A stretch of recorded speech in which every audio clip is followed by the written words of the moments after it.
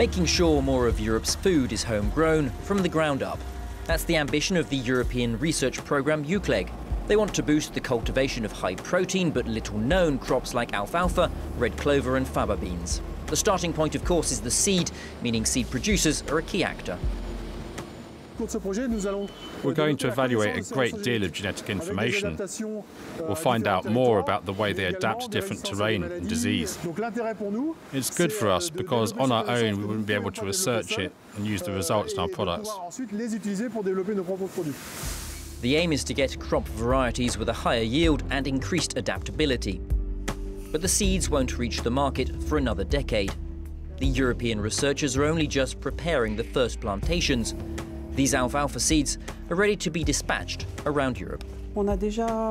We've already prepared 2 sites, one here in France and another in Serbia. We'll test the 400 varieties of alfalfa. Here we're preparing the seed packets for 3 other sites, one in the UK, another in the Czech Republic, and another for Denmark. Little will be left to doubt. The crops will face field tests as well as laboratory conditions. Here we're extracting from the foliage samples for analysis of the DNA.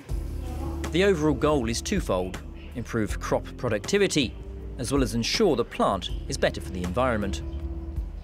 Currently, the economic model on which soybeans is based is that it's not expensive. But that's outdated, because you're only looking at the economic costs. That is to say, the price of soy, but that's only one part of the picture. You're completely ignoring the environmental costs.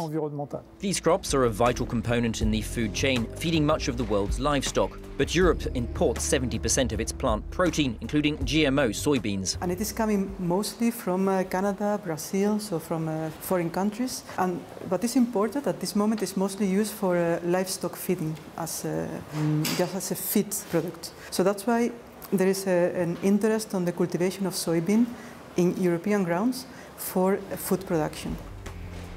Reducing Europe's reliance on imported feed crops means regaining control of the food we eat. And the switch to these new protein-rich plants could have other benefits for farmers too. Many of the fodder crops contain a lot of nitrogen, which helps enrich the soil. It has been shown that you can really achieve high harvests with red clover without the need for inputting a lot of nitrogen. So they don't need extra nitrogen fertilization. It's actually a cheap way to produce your own proteins on the farm. Adapting the seeds to European conditions is another factor. This lab test in Belgium is testing their response to drier soil. We need to create varieties that are better adapted to the climate that we expect that will be more prevalent in the future. So these are climates in which periods of water shortage, of drought, will become more and more frequent. Coping with climate change while guaranteeing access to food is a global issue. Europe is partnering with China in the research. China consumes 2/3 of the world's soybeans and imported 95 million tons of soy last year.